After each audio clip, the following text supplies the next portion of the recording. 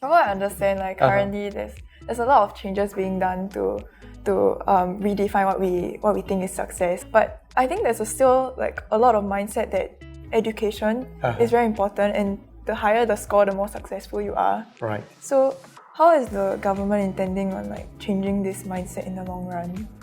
Well, I think the government can play a part in changing this mindset, but I think this takes a whole of society effort to change our mindset. So I found that our students and parents were too obsessed with test scores, and that can be at the expense of learning.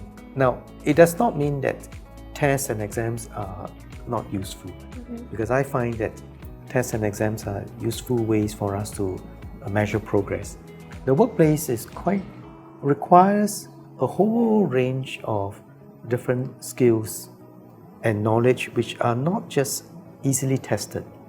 And because it requires such a wider range of skills and abilities, test scores alone do not predict success. And I found that the ones who do really well are not necessarily the ones who had the best test scores, whether in PSLE or in the O-level or in the polys or university.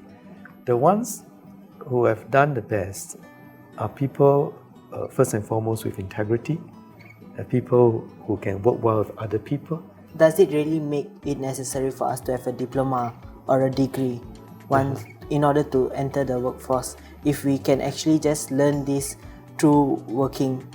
For example, like we go to internship or small attachments. A good example is that if you look at chefs, some chefs go to very expensive culinary institutes to get particular degrees, and they go for training, and they become very good as a result of that. There are others who just experiment with cooking and trying different recipes, and they become very good at that too. So all these are different modes of learning. We want to assure all Singaporeans that indeed we have a better future if we keep learning, if we keep upgrading ourselves, and that the government will support you fully in this effort.